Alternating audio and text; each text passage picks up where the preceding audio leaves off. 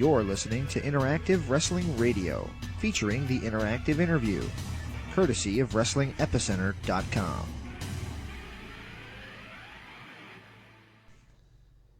Hey guys, it's James Walsh doing the introduction to our Hector Guerrero interview. Had a chance to sit down with Hector just a few hours ago. You're about to hear the audio. I don't really do video, and I've been thinking about doing it for a while now, but I just don't want to be on camera. And it ain't because I ain't good looking, because as you can see, I ain't good looking. But I think you guys still like my audio interviews, and if you haven't already, check the archives out, WrestlingEpicenter.com, or you can also subscribe here on YouTube. Most of our interviews are available in video format here on YouTube. Hit that subscribe button and the notifications bell. We sure would appreciate you sticking around and checking us out here on WrestlingEpicenter.com and our YouTube channel. And with that in mind, I'm going to stick on my hat as you hear us discuss in the interview. I told you, I wasn't making it up. I am indeed Mega. Enjoy the interview and check out WrestlingEpicenter.com for more great content just like this. 24 hours updated news, our store, and a whole lot more. WrestlingEpicenter.com. See? Hey, this is Hector Guerrero Jr., and I'm in the Wrestling Center. Viva la raza! Welcome back to Interactive Wrestling Radio. Joining us on the Newsmaker line, believe it or not, is only the second Guerrero that's ever joined us. He is one of my favorites. He is Hector Guerrero. Mr. Guerrero, are you with me? Yes, I sure am, James. It was my pleasure being with you. And interesting because you say the second Guerrero. So who was your first? Chavo Jr., as a matter of fact. Chavo Jr. Yeah, Chavo Jr., oh yeah. As part of a Lucha Underground promotion, I was able to get him. Unfortunately, and not to start off on a downer, I was on the book tour for Eddie.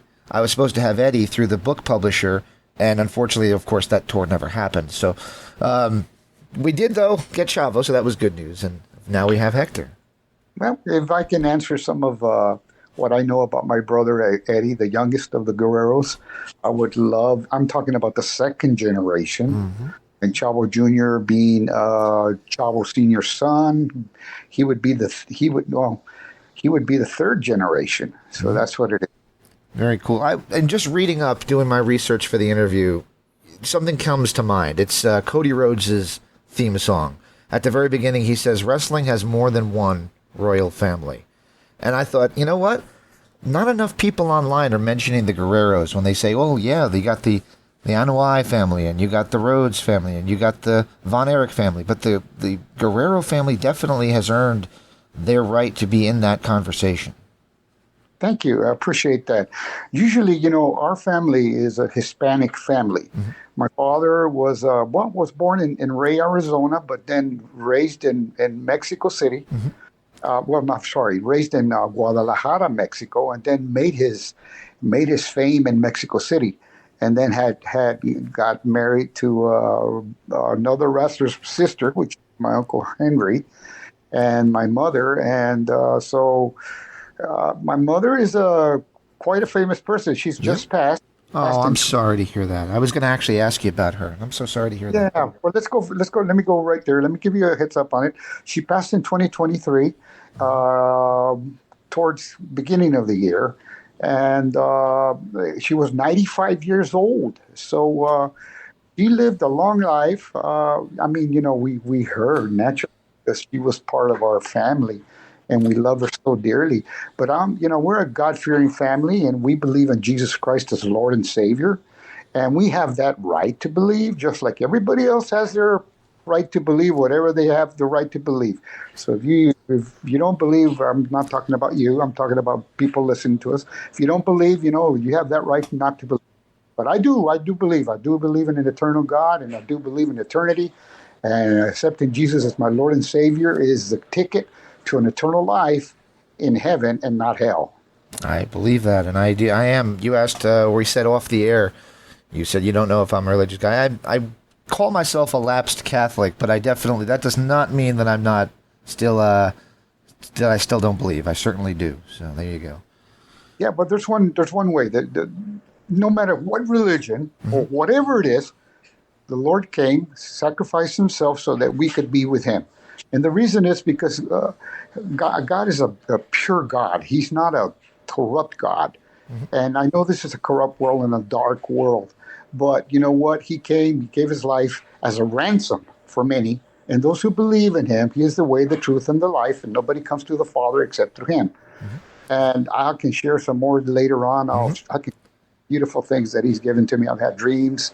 I've had visions. I've had communications from him. And, you know, to me, he is as real as I am, as I'm pinching myself, as my skin, as my life here on this earth. He's even more real than that. So anybody that doesn't believe, well, I hope you find him, and I hope you find it before it's too late. And if you say, well, I don't believe that, it's okay. You have the right to believe, because we all have the right to believe, yes or no. Absolutely. Can you hear me okay? Yeah, I can hear you. Okay, cool. It's funny you should mention that, because that's where I met you once. I met you at the, it was a Ted DiBiase show back when he was doing those religious wrestling events, and it was in Eloy, Arizona, and I told you off air, it's a quote that stuck with me. You said that when you were growing up, you had a drug problem. Your parents drug you to church every Sunday, and I thought that was perfect. I guess that's true, though. Was religion always part of your life, or is it something that you kind of developed as you got older and found? Well, no, really. We were brought up in a Southern Baptist religion, and you know, Southern Baptists are pretty strong, but they do believe in Jesus, and they preach Jesus, and they preach Jesus as salvation, and that's the first thing that they do. Now there were other things that, you know, they happen. I'm not going to. That's between them and God.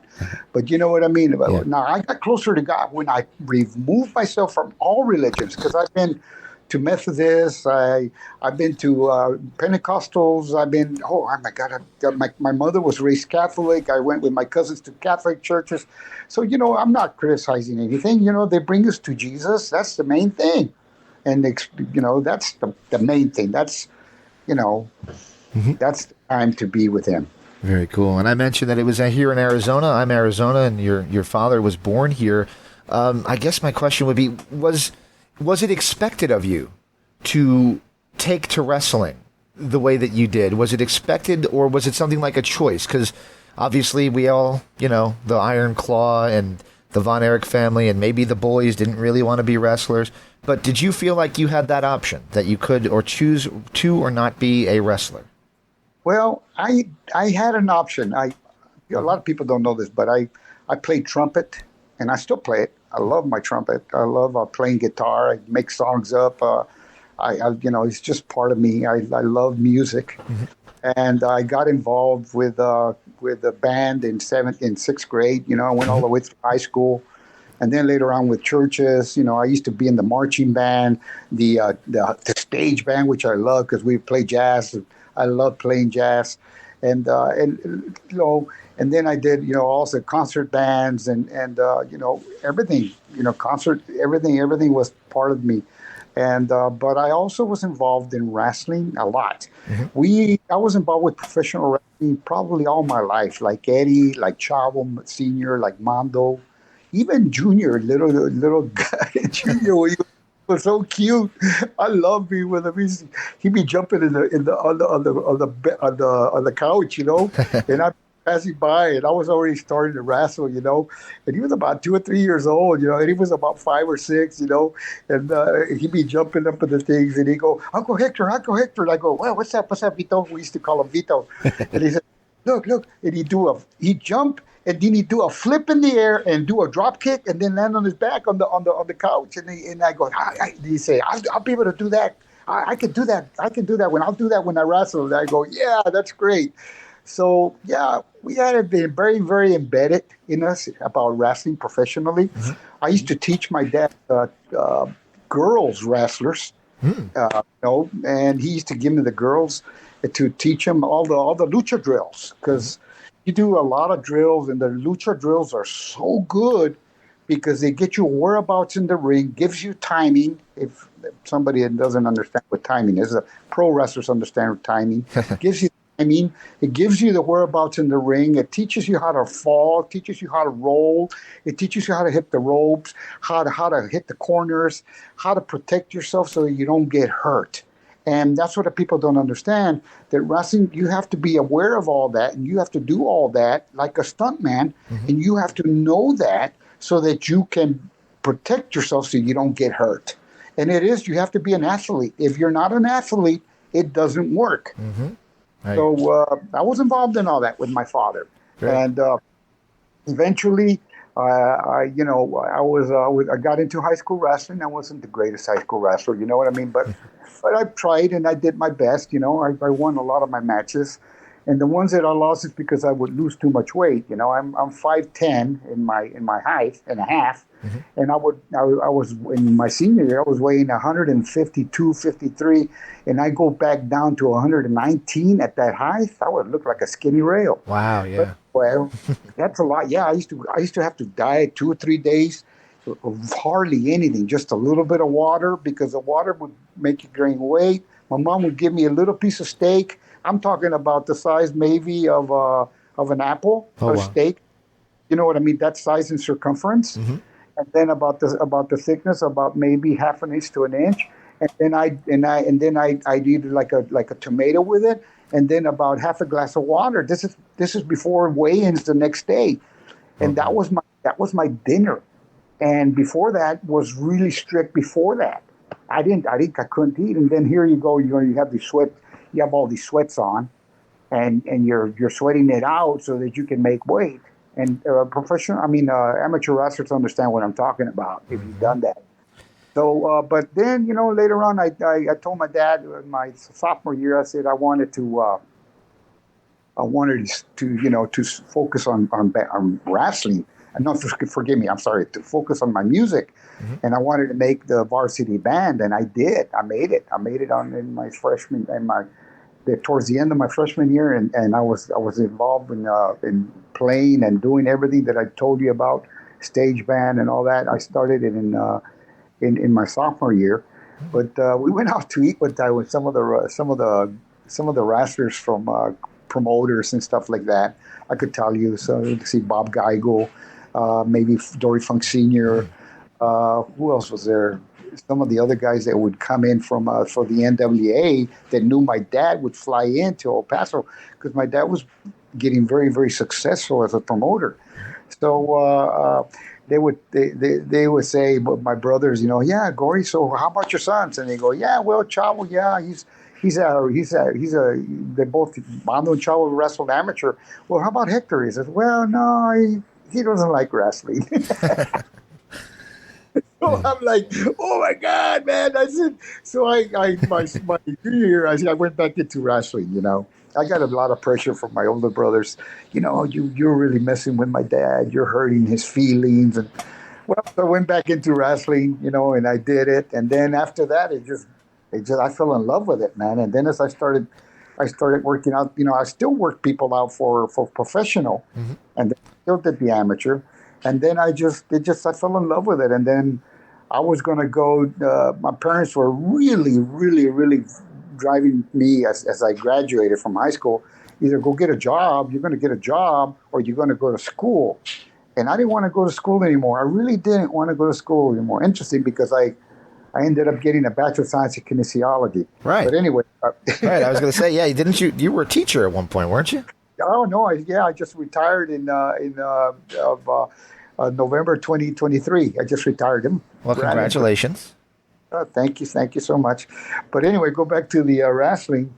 So they were pressuring me, and I said, you know what? A buddy of mine said, hey man, they're pressuring me at home too. He says, and then I said, well, what do you want to do? I said, man, and he said, why don't we go join the Navy, man? That way we get out of this. And I go, yeah, let's go do it. So we went and we signed up for the Navy, but we didn't sign anything yet. We did. They took our name. They took everything. They talked to us. I wanted to get into, because of my science, I got, I have some pretty good grades in science. I wanted to be an oceanographer. And he didn't care what he wanted to be in. So they called us in. They wanted to do us as medical corpsmen. And I said, no, I don't want to do medical corpsmen. My buddy, yeah, let's do it, Hector. And I said, well, let me see. So then the last day when I was supposed to go sign up, my dad called me in his office, and I went into his office, which was in our home. He had made the garage into his office, and he said, "Well, why don't you start wrestling for me?" And I go, "What do you mean, Dad?" I said, I already train everybody. I do whatever you ask." He says, "No, I want to start wrestling as a pro." I go, "Dad," and I was really skinny, man. I must weigh about 158, 162. I hadn't gained that much weight, since I had been wrestling, and then the season had finished like 3 or 4 months before I was barely starting to gain my weight back. Mm-hmm. So my dad says, "Well, if you don't start now, you'll never start." And he looked at me, and I could see him that he was worried, and he loved me so much. And I said, "Dad, okay, let's try it." So that started me. I started in 1973. And my first match was June 9th, which is my brother Mando's birthday. There you go. Interesting. I still remember that because that was my first match. And it was on TV. Oh, wow. I won my first match. And then the next maybe 2 to 3, maybe close to 4 months, I never won a match. There you go. That humbled me. There you go. Understand? I agree with it. Yeah, absolutely. That makes a lot of sense. He wouldn't let me win. He says, "No." I had some friends come, and see me. "Hey, Hector, we got to go see you wrestle." So they came over we were wrestling in Juarez, which was the sister city of El Paso. Mm-hmm. They came to see me at the bull ring. "Oh, Hector, you were great, man, but you didn't win." So that was kind of like my start. Very cool. And when you came to the U.S., I believe you settled in Florida, which, by the way, is where you are now. And so many of the guys that became the megastars of the years that would follow all came from Florida. Was Florida like the place that would groom you to be ready for not just New York, not just WWE, but just to be ready for everything that the business could throw at you, the Graham territory? Well, listen. Okay, let's talk about Florida a little bit later because I was involved with California. Yes, Los Angeles, right? Yeah, Los Angeles. I went to the Hollywood wrestling office. Yes, sir. And I worked for them, and I that was 1978, and I won the 1978 Battle Royal because Mike LaBelle Hollywood Wrestling Office would always have an annual Battle Royal. So if you look up in 1978, Hector Guerrero was the winner of the Battle Royal. Yes, sir. I went to Oregon. I came back from Oregon. Back to California, and then Leo Garibaldi was the booker. Mm-hmm. They did some time in California again, and then the doors opened for me to come to Tennessee. Yes. Came to Tennessee. I worked for the Jerry Jarrett, and then later on they sent me to Nick Gulas, which was a leash. That was interesting because God.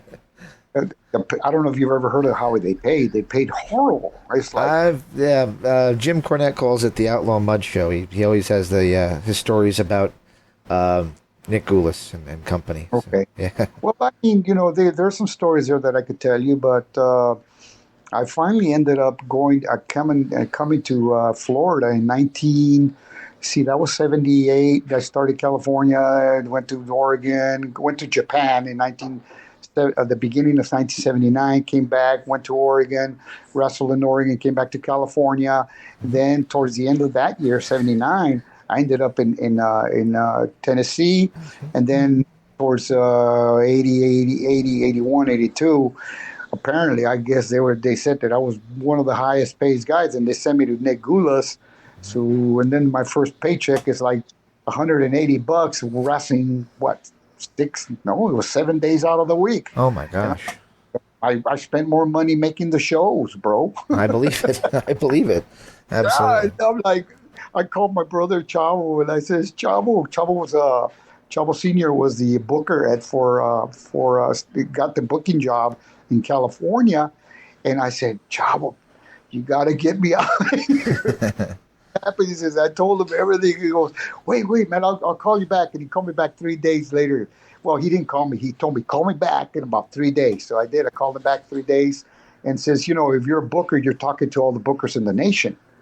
So he called and he said, "Hey man, I got you a place to go. You got Florida, and you have." I just talked to Dusty. Dusty and I talked, and you're booked, but you're going to have to wait a month. Ah. I never said anything against to the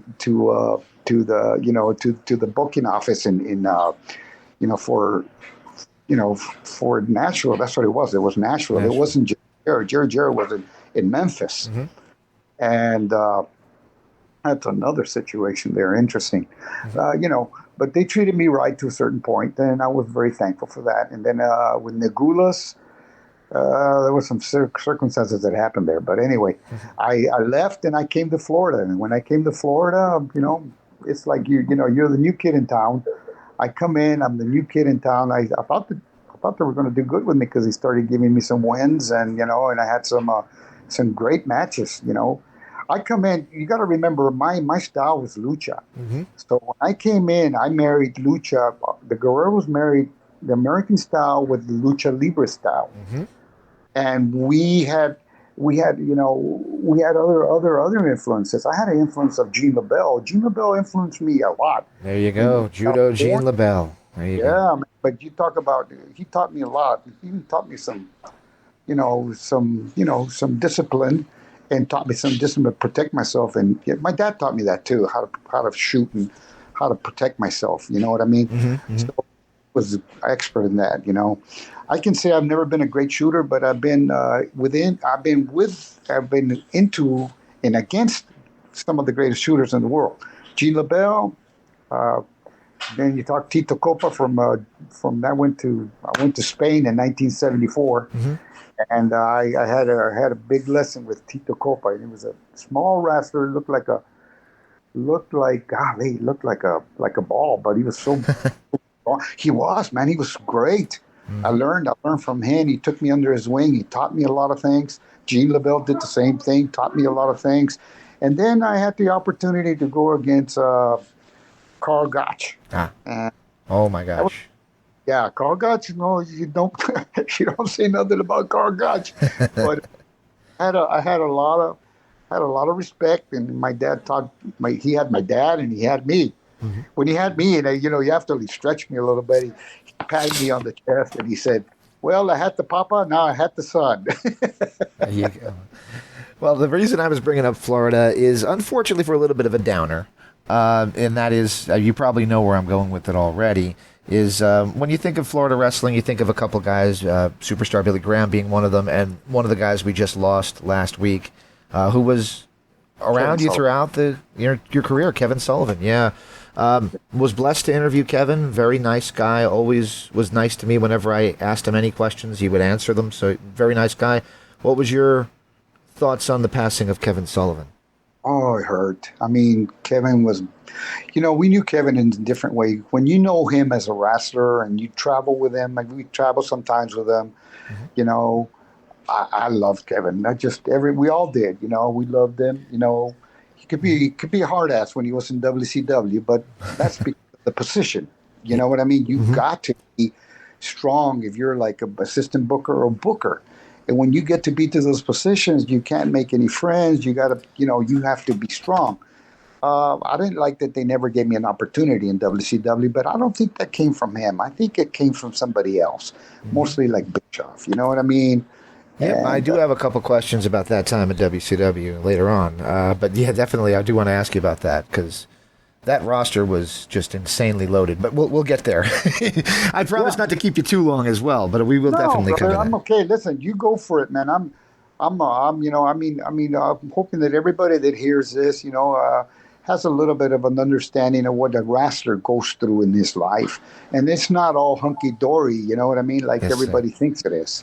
Very cool. I agree. I've done this. I think you're my 864th interview. So I've heard quite a few stories. But who's counting, right? But there you go. Yeah. Okay, so my next question was going to be, when I was a kid, the first time I saw you, whether I knew it was you or not, was on TBS, and you were Lasertron. And that I was like 5-6 years old when that debuted, and that was really cool because it was different, especially for the NWA to have such a character like that. What was the origin of the idea for Lasertron? Okay, well, first of all, I want to make sure that if anybody hears this, any promoter, anybody's trying, or any company trying to steal it, no, it wasn't you, it was me, and it's mine. So, yeah, because nowadays they're crazy, especially with these games and all that. Right now, so make it out there. What brought about is I've always, I don't know, I'm not always, but I love children, and I've always been involved.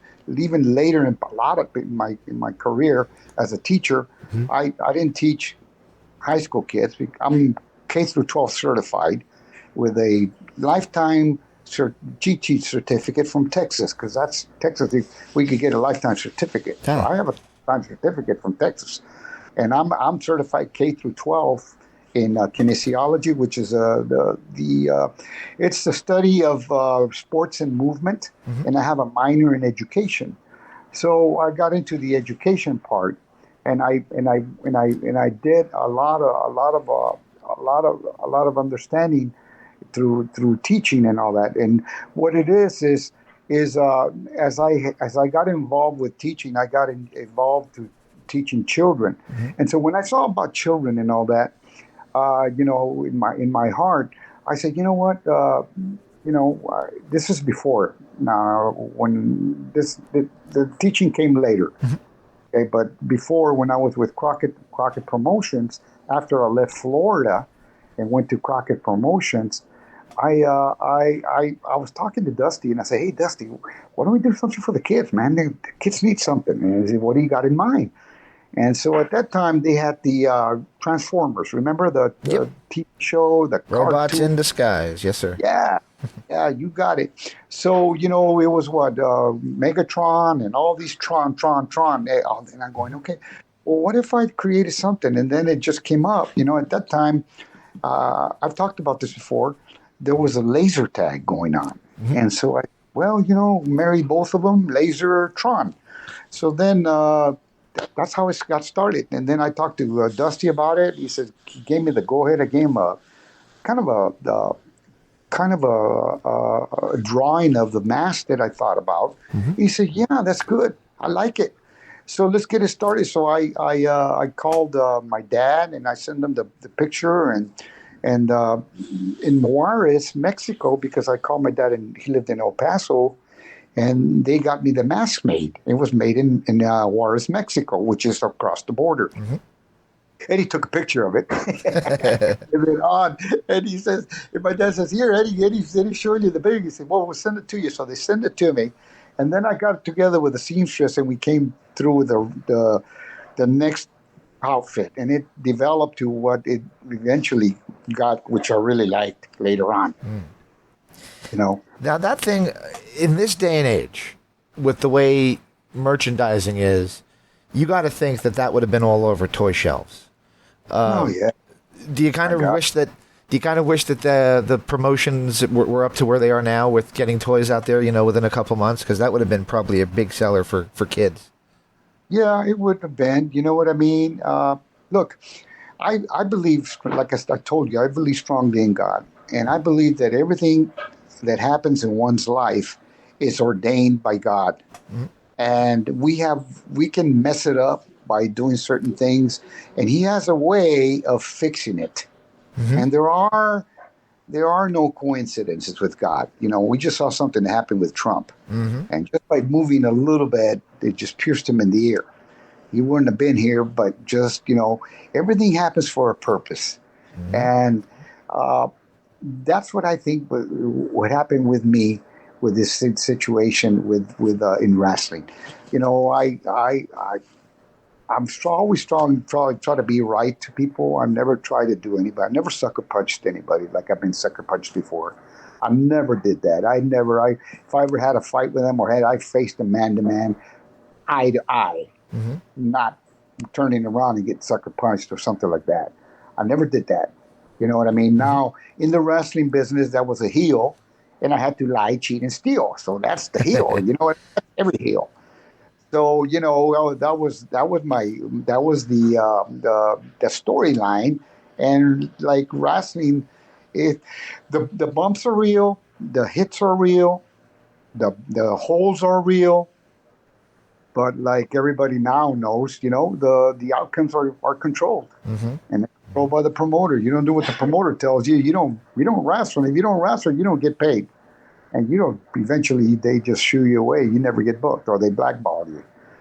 With me, I got blackballed because you know what? Because I knew more than the promoters. Remember, I was a promoter's son. Right. So was my brothers. Mm-hmm. And so when they would try to tell us something, and we just look at them like we already knew what was going on. Mm-hmm. I believe it, absolutely. I wanted to talk to you a little bit about your later run in Memphis, when you came in and you were a little more vocal, and in that studio environment, you were able to show more of your personality. You got to, call people gringos, maybe have a little fun with Lance Russell. I just watched the clip of the Christmas episode where you had the piñata full of flour.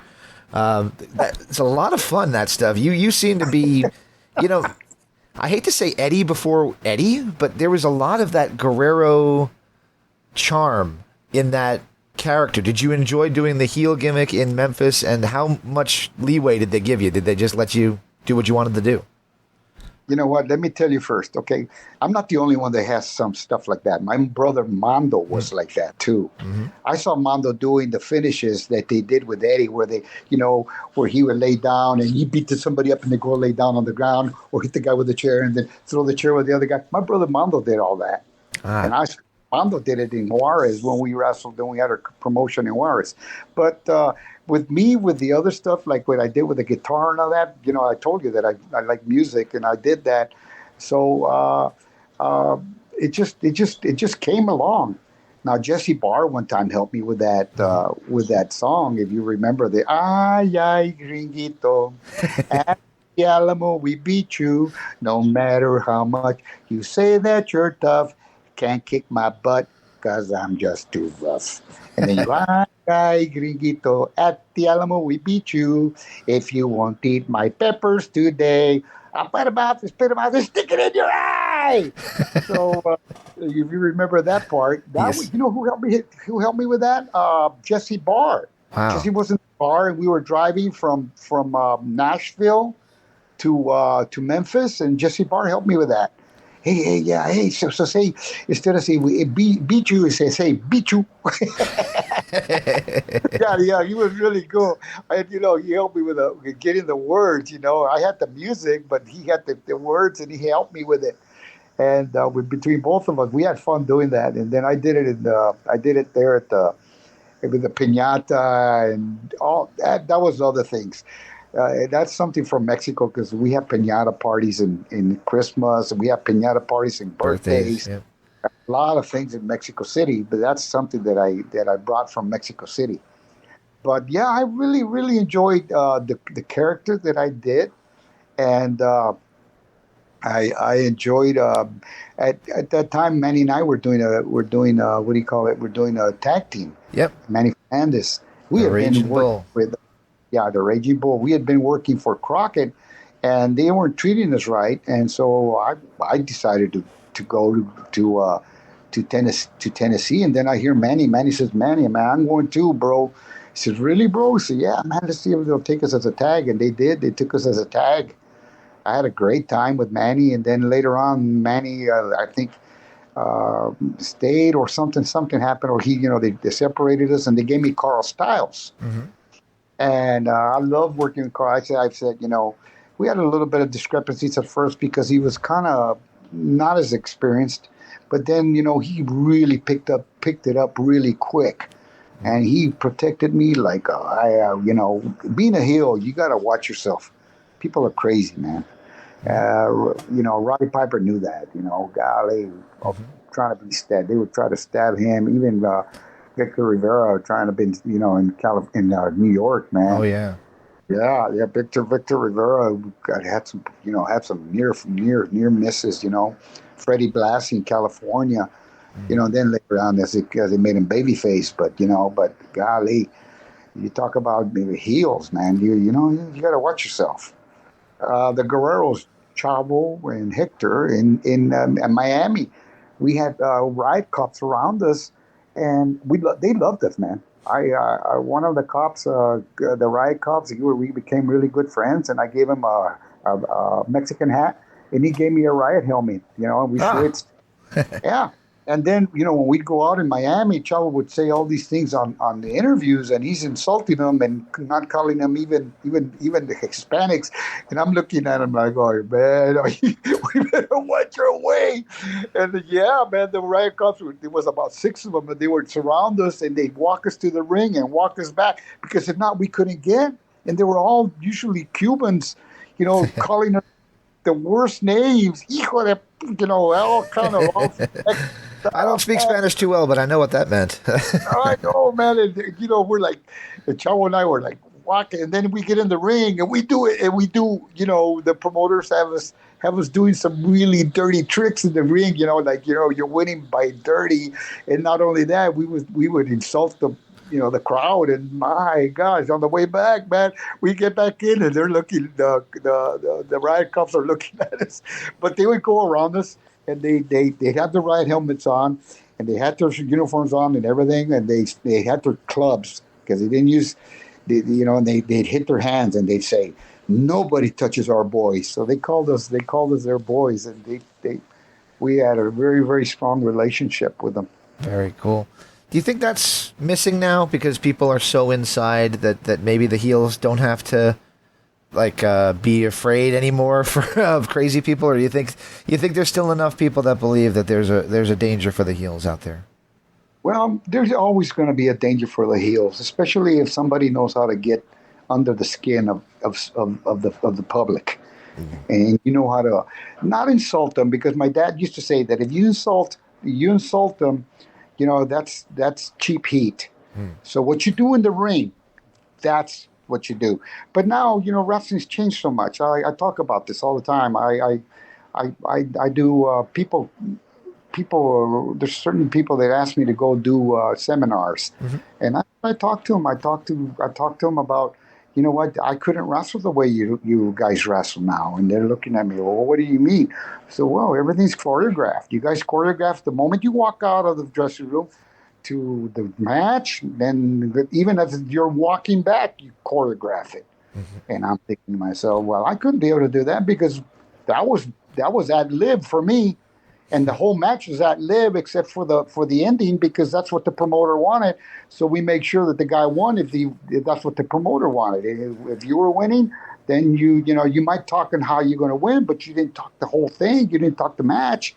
You might have talked 1 or 2 little things that you wanted to do in there to bring up the people, but that was about it. Nowadays, everything's choreographed. And you know what? And then usually it's the company, the companies, they want all this action and this and that because of TV. And well, if you look at the old wrestling and you look at the old TV, you'll see a lot of wrestling going on, because that's what's going on. And you know what? That's not choreographed. Okay, that's like a chess game. That's what people don't understand.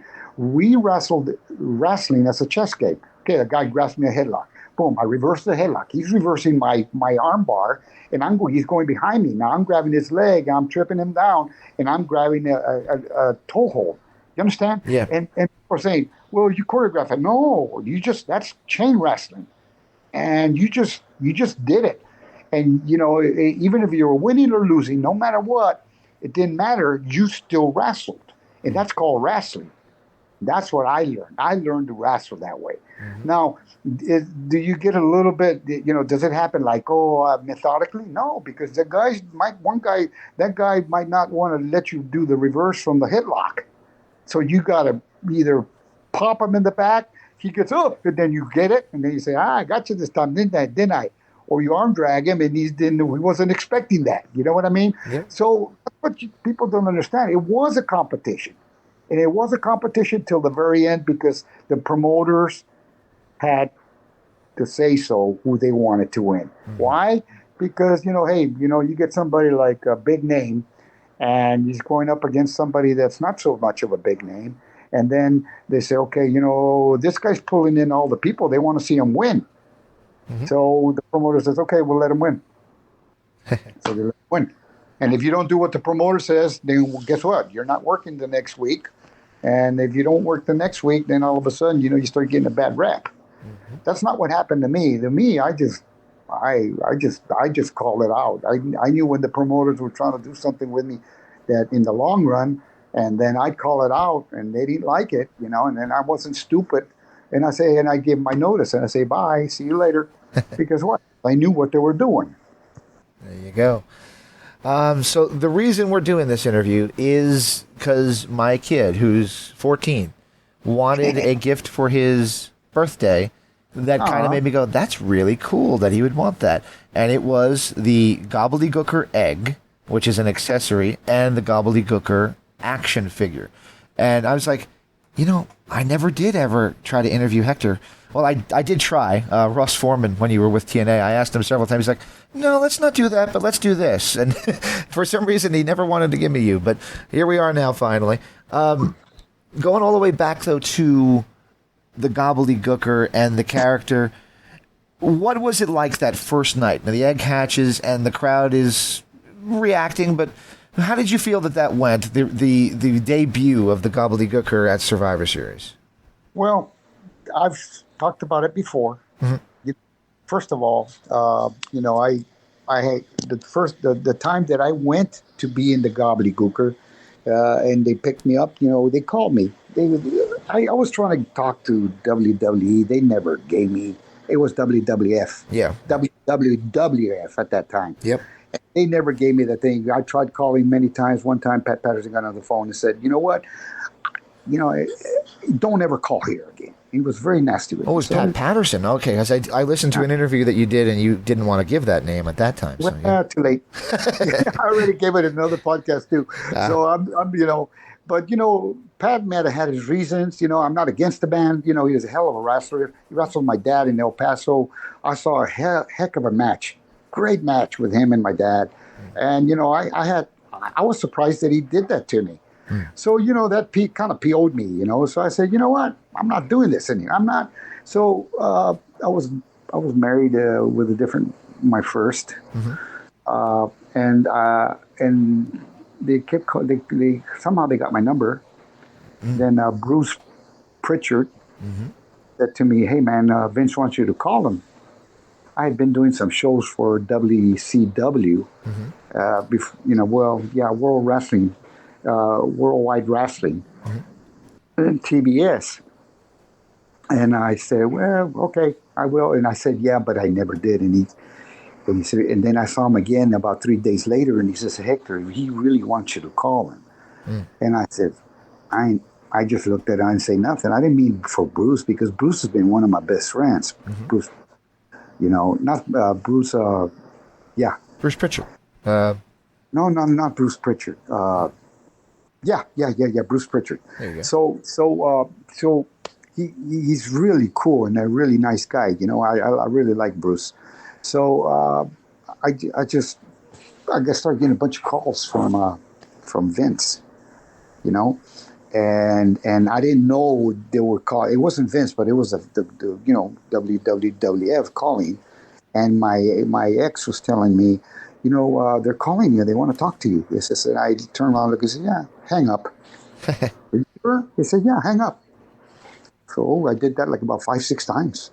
Wow. So I don't know, another 4 or 5 days passed by, and the phone rang, and she wasn't around, and I picked it up. And then it says, is this Hector Guerrero? And I go, who wants to know? Is this Hector Guerrero? I go, yeah, why? And she goes, hey, don't hang up. Vince wants to talk to you. And I was going to hang up, man. But I don't know. I just stopped and I listened, and he got on and he pitched it to me that they wanted to do something for the kids. And that's how he won me over. Cause I like at that time I was a gymnastics coach in Perpetual Motion in Maryville, Tennessee. And I was still wrestling independents, and sometimes doing the Worldwide Wrestling with TBS. They would call me and I'd do some stuff for them, but I wasn't under no contract or nothing. So I was just, they were just using me, and like I said, use me, prostitute wrestlers. That's what I call it. My dad used to call it the same thing. So I went ahead and talked to him and went in, and the limo picked me up that day. The Undertaker was picked up at the same time. You know, we talked to really, you know, and then he went to see Vince, and they took me to the seamstress. So they said, we got to take you to the seamstress because they got to get this done quickly, Hector. It was like 2 or 3 weeks before Survivor Series. And I says, okay. So they did that, and then I went, and then later on I met Vince, and they were doing, him and Roddy were doing voiceovers of some of the matches. And I got to meet him there. Roddy knew me, and Roddy and I got along very well in California, and I respected him, always very respected, very hell of a wrestler, hell of a heel. I always had a lot of respect for Roddy. So coming back to the situation, then, you know, they were telling me they were going to put an egg in. So, and the exciting, it was making a big scene. And then they had a box, and then they asked me, he says, you know, we're going to put you in there about 6 hours before even they open the doors. And they says, you're going to be okay? I go, well, you know, what if I got to go to the bathroom? He said, well, you know, we'll set you a little toilet thing. And they got a toilet in thing there. They had me, brother. I had a beanbag in there. I had all my stuff in there. I'm talking about, like, you know, my Gobledy Gooker stuff. And I was in there for 6 hours, and they didn't want nobody to know who was the Gobledy Gooker. That's the way they want it. Even though some of the employees, you know, leaked it out. Right. I found that out later. But anyway, I went ahead and did that, and then when they started, you know, it was time for it. You know, they let me know, because he had me a headset and even had a monitor in there where I was watching the whole thing as it progressed. And finally, I was breaking out of the thing, and they booed it. And then Gene took down his mic, and I said, "They're booing at me." Gene, he says, "Let's get this thing over, kid." So we did. We went over there, and he did a lot of, you know, trying to dance with me, and he, you know, the next day, I didn't see him, but he was black and blue on his. Are you kidding? Yeah. Wow. He's not a, you know, you got Gene Okerlund. He's, you know, Mean Gene. He was like, you know, great announcer, but, you know, you get somebody into the ring, you know, he was trying to do things and act funny, like he, you know, hit the rope and he tripped, and, you know, he did great, man. He did awesome, and I loved him, man. You know, I was doing cartwheels and doing all kinds of things, and, you know, hitting the ropes and doing things. And eventually, that's what I heard, that he was black and blue the next day. I heard that from people from the office. Yeah. From the office. But that's what happened the first day. And then later on, we did it, you know, we did when we went to, I've said this before, when we went to Orlando and did it, it was great. My God, it went crazy. The kids went crazy, but look where we're at. We're in Orlando, where you have what? Disney World, you know, you got Universal, you got all these kid things, you know what I mean? Yeah. This is Kidland. So it was great, man. Oh man. Maybe the Northeast, where people are a little more snarky, maybe that wasn't the right place to debut it? Well, you know what? The Meadowlands. Look what that is. Yeah. You know, that's, what is it, Newark? Yeah. Yeah. You know what I mean? It's like, hate to say it. I grew up literally like 5 minutes from there. But yeah, unfortunately, I know what you mean. There's a lot of very, you know, hard-nosed people that live in that area, to say the least. Yeah. And you know what? Because I remember wrestling for Crockett in Philadelphia, but I never wrestled in Newark. I never went there, you know, to the Meadowlands. So I had no idea what that was. Now, if they would have said, well, you know, we're going to do it in Philadelphia, I'm going to go, you're going to do a kid gimmick in Philadelphia? I don't think so. You know what I mean? But I didn't know that. I never wrestled in Newark. So I didn't know that it was going to go, but they should have known that, man. You know, come on. I agree. But anyway, it was a good experience, you know, and you learn to do things. So I didn't have this question on the list, but you mentioned about Lasertron, that it's yours. And I mentioned that I just bought my kid something for his birthday. That's the Gobledy Gooker. are you getting, like, is that you, or is that just their own deal? Like, are you getting a cut of that? Is, I guess, what I'm trying to ask. They don't give me nothing. Are you kidding me? No, now listen. I'll give you an understanding. I'll give you a heads up what's going on here. I think Mattel's got something to do with it, or something. They got it. They're doing it. You know what I mean? And when I went to WrestleCon before WrestleMania, like 2 or 3 days in Philadelphia, I was hit by a lot of people that say, hey, you should be doing this, and they wanted me to sign them, so I did. I signed them for a certain amount of money for the guy that I went for. Mm-hmm.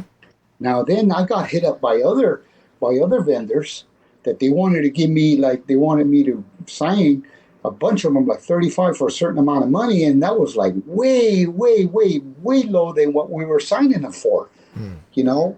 And I don't know, just, listen, the guys that do, I'm going to say this again, the guys that do the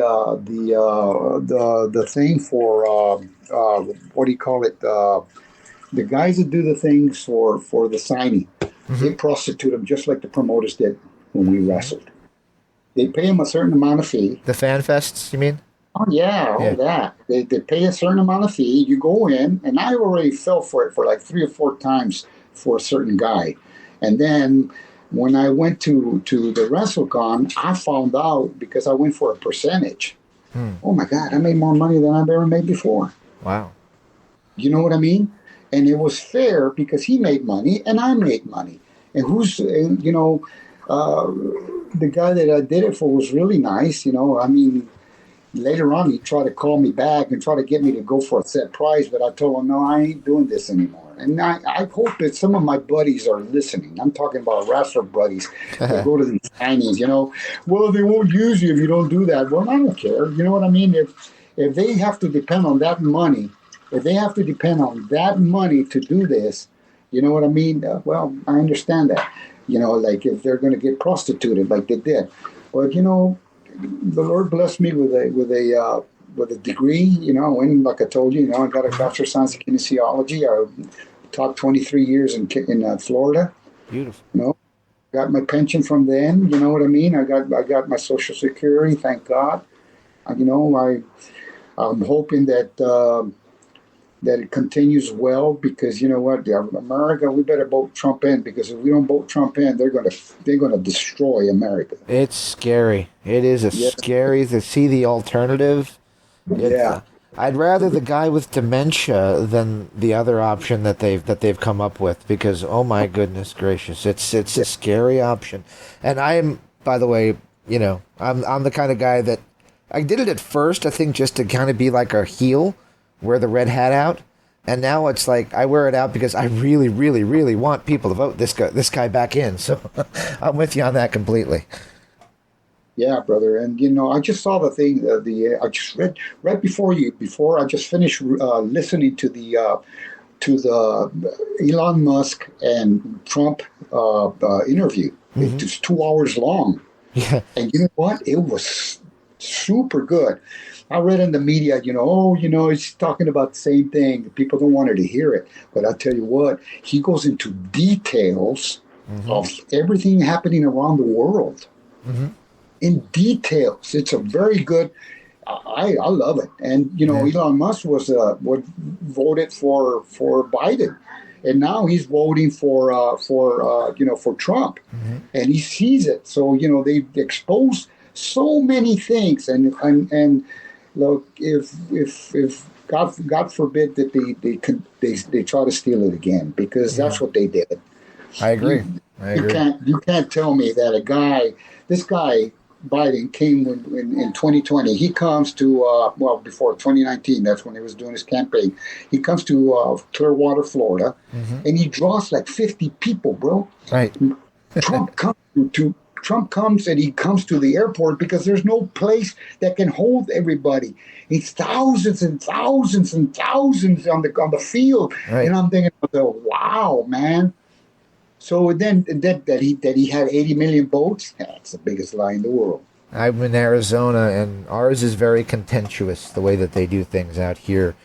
But I was at a store, and I'm coming out of the store, and all of a sudden I hear these horns honking, and I look, and there was a motorcade.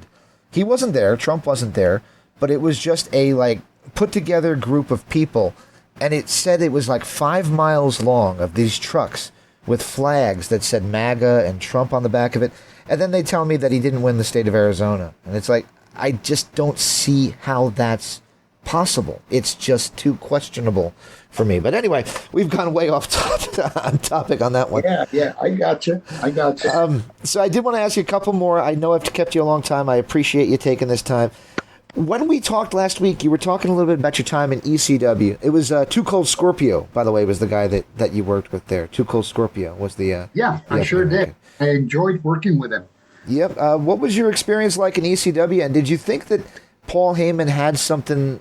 Because at that time, when you worked there, it was just starting to catch fire and become this kind of cult thing that everybody was kind of going to replicate in years to follow. Okay, let me understand that again. You want me to give it to me again so I can... ECW, when you worked for ECW, you only were there a few times, but it was just starting to really capture this cult following that it had. Were you surprised that ECW is looked at the way that it is now, and that it had the influence on wrestling that it did in years to follow? Yeah, it did have a lot of influence. They brought in the hardcore more to wrestling. You got to understand, I was raised by a father that taught wrestling to us. Amateur, professional, even Greco-Roman, the whole thing. We learned it. We experienced it. I had a ring in our backyard. Mm-hmm. That's what we had. We had a ring in our backyard. and it's just, it was, I was brought up with wrestling, you know what I mean? Mm-hmm. And like, interchanging holds and grabbing a headlock, You didn't just do a drop kick. It had to be a reason for doing a drop kick. I've talked about this before. I knew a guy, and I'm not going to say the name. I just could do a backflip. Great. I can't do backflips a lot. I mean, the time I tried to land it on my head. So it's like I'm a little leery after that one. You know what I mean? Yep. Once bitten, twice shy. Going to be a little bit leery about landing on your head. You know what I mean? So, but if it's within the wrestling and you do it, like, if something's happening. I saw Brady Boone do that one time. I think he was working in WWE at that time, or WWF at that time, and he was choking him on the rope, man, and then all of a sudden, they threw him back, and he did a back handspring, and then it would come around, and he did a bunch of hits, and people went crazy, and then I'm thinking, that's the way you do it, you know what I mean? And when I would do flip into the ring, I try to do it on a comeback. So that makes sense. You know what I mean? Yep. Absolutely. All right. Well, I'm going to try to kind of Reader's Digest the rest of it for you, because I know I've kept you longer than I said I would. But they're kind of a loaded question, but it's a short question. You worked there from 96 to 98. Obviously, you worked there other times too. But who killed WCW? Look, I was never given a chance in WCW. They were, I guess, they wanted they wanted Eddie, and they wanted my nephew, and they were using me they were prostituting me. And when they gave me a guy, look, I had Goldberg, his 7th match, and it was a dark match, but I enjoyed working with Goldberg. Goldberg was very, very respectful.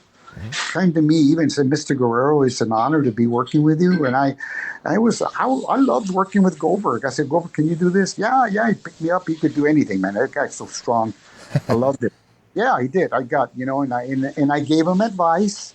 I gave him advice on what after the match, and explained to him as a good pro does to those that are trying to come up. Mm-hmm. My brother Eddie told me, he says, "Man, what did you tell that guy?" I go, "Why?" He said, "Oh man, he's just climbing the ladder." I go, "Well, And then I told him what I had told him, and then Eddie understood. Mm-hmm. So things that were told to me, like by mentors, like from Gene LaBelle, like I told you, Gene was a very big mentor in my California days, Mm-hmm. and then later on as a friend too, and even till lately, I called him about maybe 1 or 2 months before he passed, Oh. and he always treated me with dignity and respect, and I did the same with him, and I liked that he was my mentor. So Ronda Rousey has a mentor, so did I.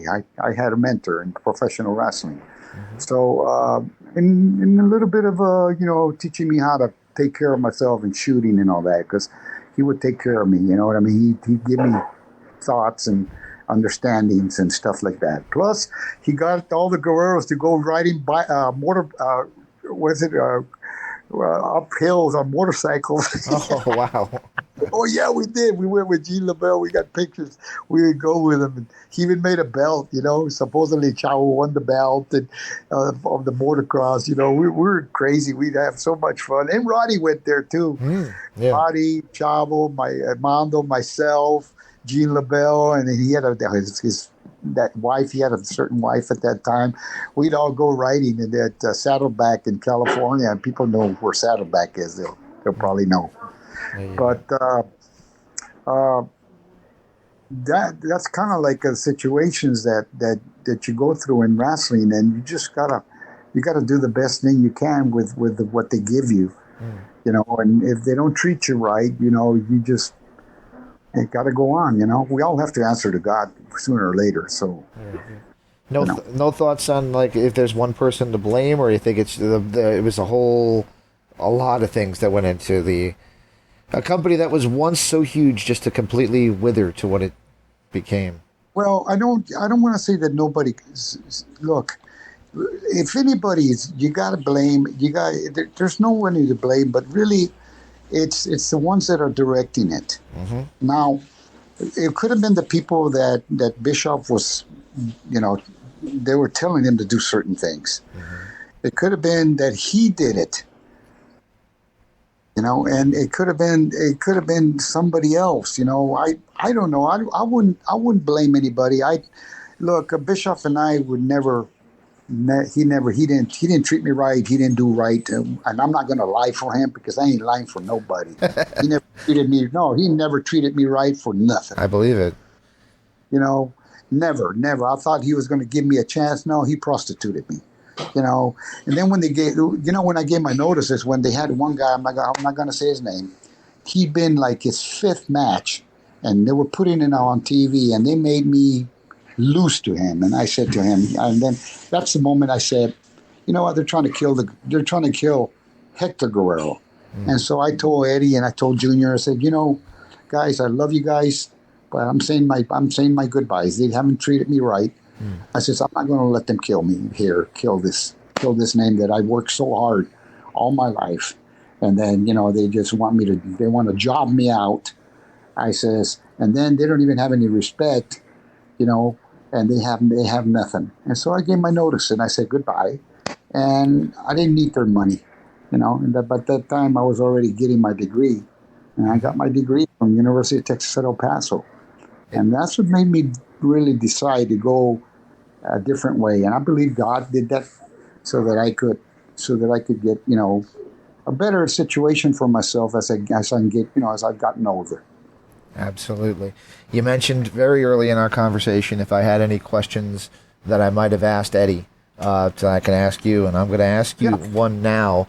Were you surprised when WWE, the land of the giants, where guys that were pushed were, Ultimate Warrior and Hulk Hogan and Andre the Giant, that Vince McMahon relented and allowed a guy that the crowd clearly got behind in Eddie to become the world champion and really kind of change WWE's approach towards guys of maybe that aren't 6'5"?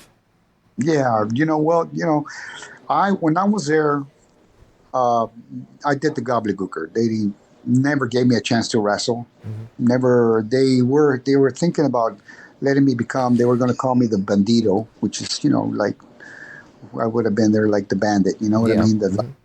the Bandit, but it just that never worked out. And the Gobledy Gooker they scratched. Then you remember now the first guy they started using that way was the 1-2-3 Kid. Mm-hmm. You remember that? Sean Waltman, yes, sir. Yes. Okay, so then that started breaking. They're seeing that, you don't have all these guys that are so big that they're the ones that do it.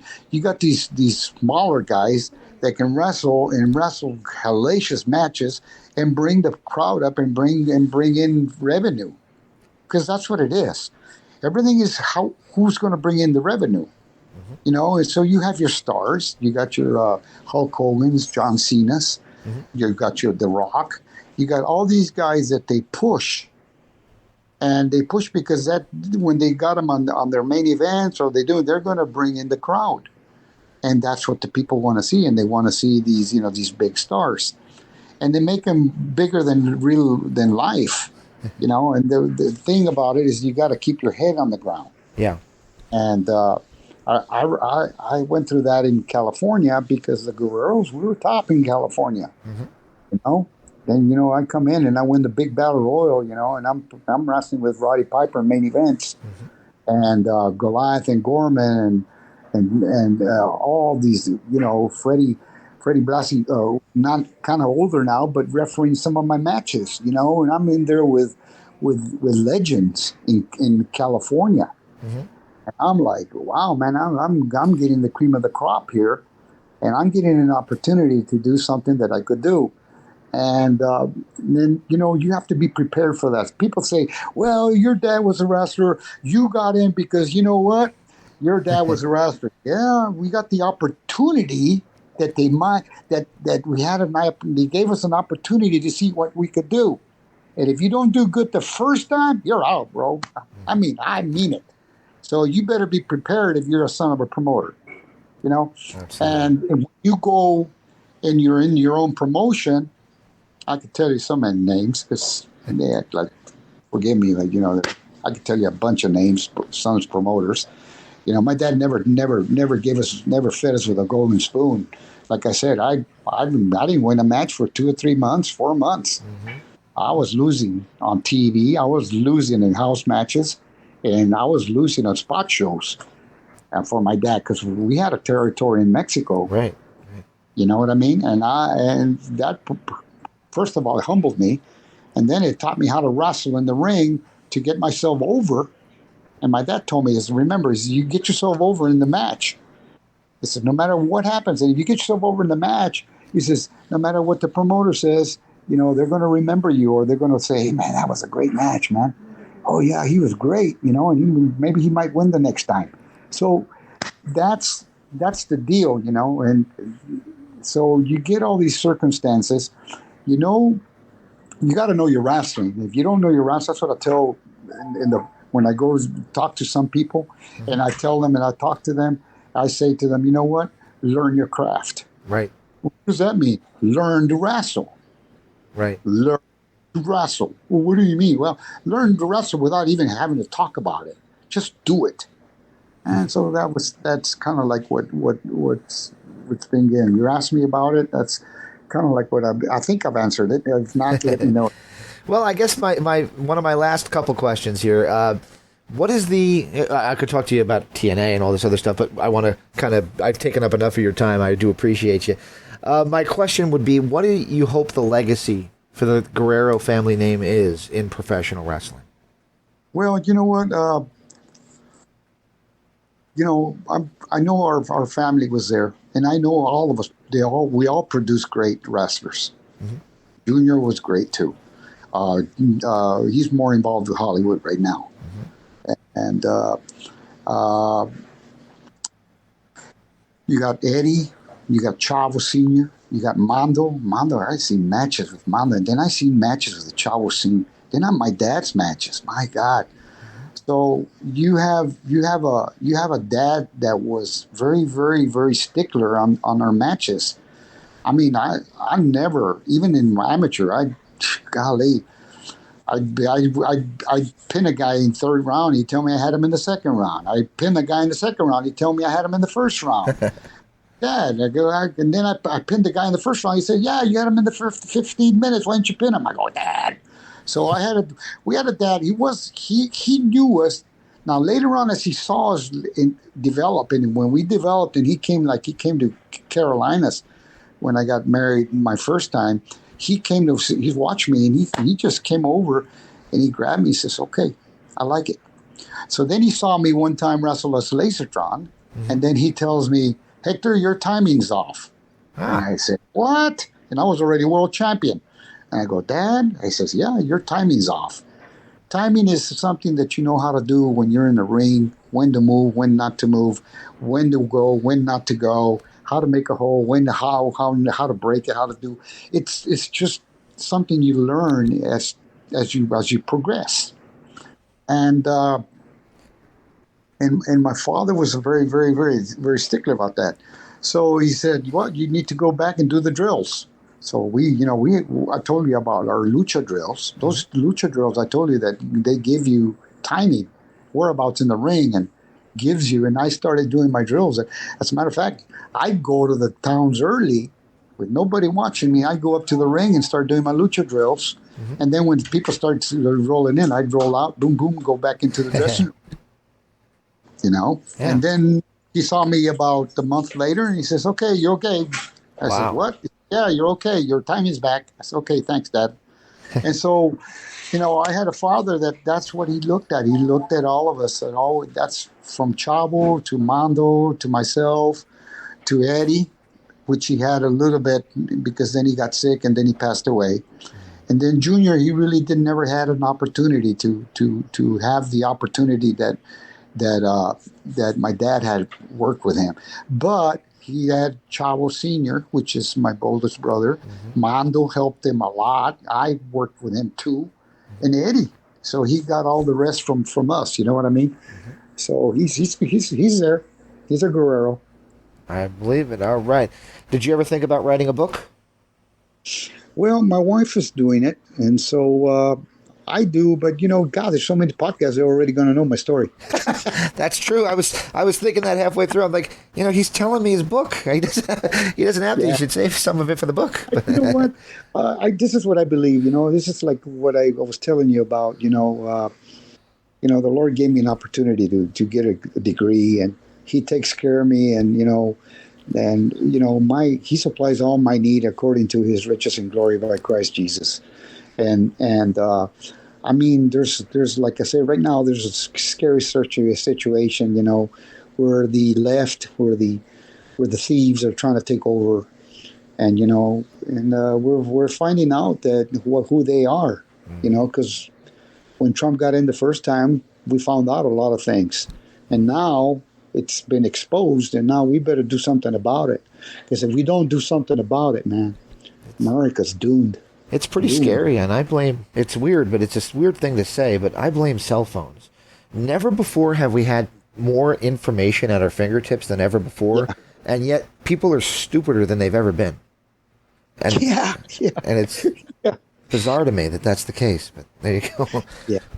Well, I want to thank you so much for taking the time to do this. Of course, you also have a website, HectorWrestlingGuerrero.com, I believe is the URL. Right. Is that correct? HectorWrestlingGuerrero.com.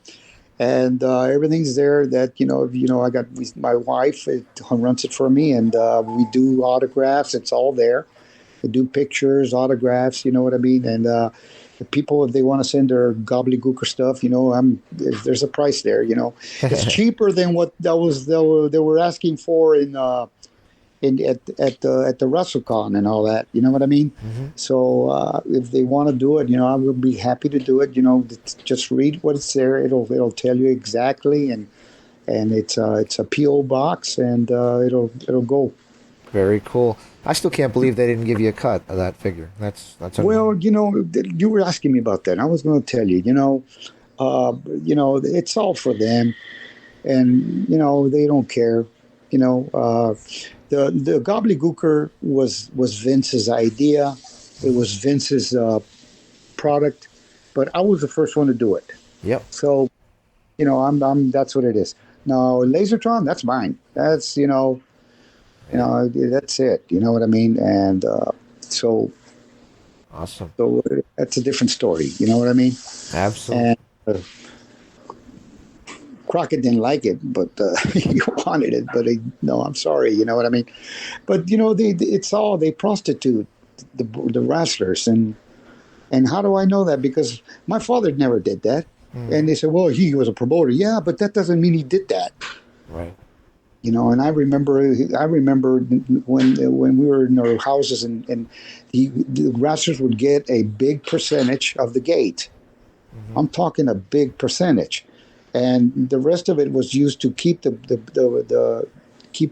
what do you call it, the promotion going. Now there was booking fees and all that too, but you don't abuse the booking fee. You make it fair.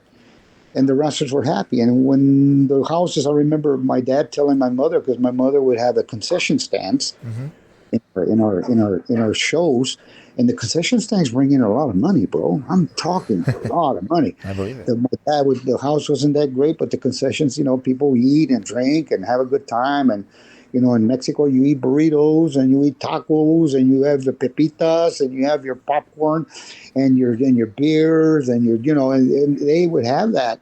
And my dad would tell my mom, "Here, come on, I need some money to pay the boys, because I want the boys to, and they all were thankful about that." Absolutely. Hey, man, I want to thank you so much for taking the time. I know it was way longer than I said it would be, but I really enjoyed talking to you. No, I enjoy telling everybody, and I mean, the most important thing about right now, we don't know when we're born, and we don't know when we die, unless somebody commits suicide, which those people never go to heaven. So don't anybody hearing me, don't ever think about suicide. They don't. They end up in the wrong place. There's a heaven and there's a hell. So I'm hoping everybody understands that.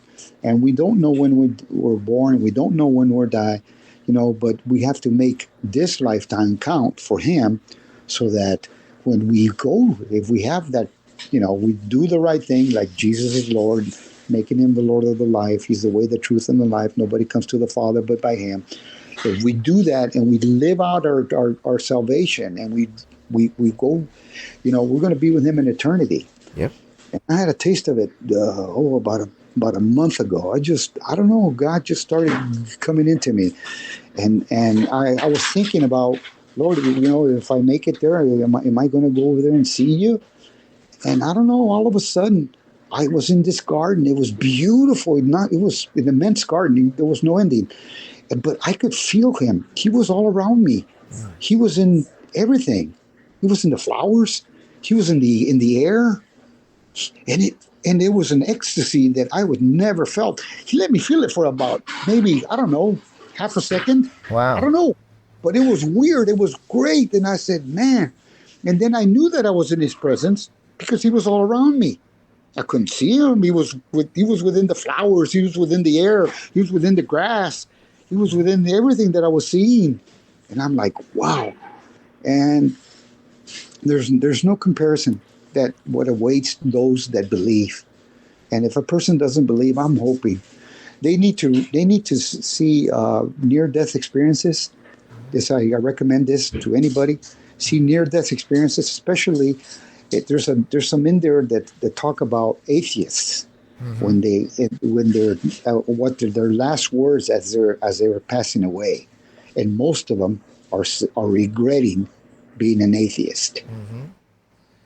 Absolutely, I agree with you.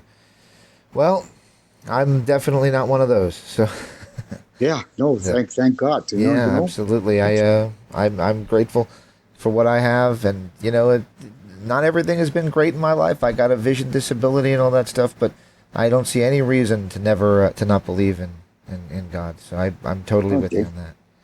James, I wear glasses too. Well, there you go. This is Interactive Wrestling Radio. Interactive Wrestling Radio. Interactive Wrestling Radio. Interactive Wrestling Radio. Interactive Wrestling Radio. Interactive Wrestling Radio. Interactive Wrestling Radio. Oh, Rush. Featuring the interactive interview. Interactive interview. Interactive interview. Interactive interview. Interactive interview. Interactive interview. Interactive interview. Oh yeah.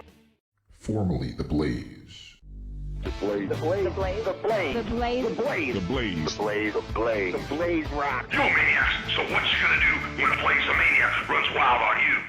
On WrestlingEpicenter.com. Wrestling Epicenter. Wrestling Epicenter. Wrestling Epicenter. Wrestling Epicenter. Wrestling Epicenter. The Wrestling Epicenter. Don't get off. And now we shamelessly name drop from our history. The Wrestling Epicenter would like to apologize for the following. All right, everybody. Viva la raza. Viva la raza. Hey, y'all. Hello, ladies. Hey guys, we had a lovely conversation. First lady. Absolutely. Oh, look at me. She's so kooky. Be there. Where else? Interactive Wrestling Radio. Wrestling. Epicenter. Oh my God, you win! Love being interactive. I was gonna shoot him. Yeah, I almost pissed my pants. Breaking neck. I got 2 words for you. I've heard a lot about you guys. Excuse my language. You're gonna go to the shop. Plenty of no. Into the many. No nerves. That was great. It's gonna be cool.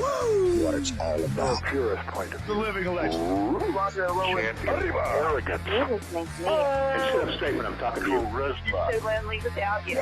In the land of extreme. Testify. Nevermore. Interactive interview. I'm not just the best. Interactive interview with a plastic You head. earned the right. Nobody. You better keep listening. Thank you very much. Controversy creates cash. Professional Made wrestling. in the USA, baby. Memphis wrestling.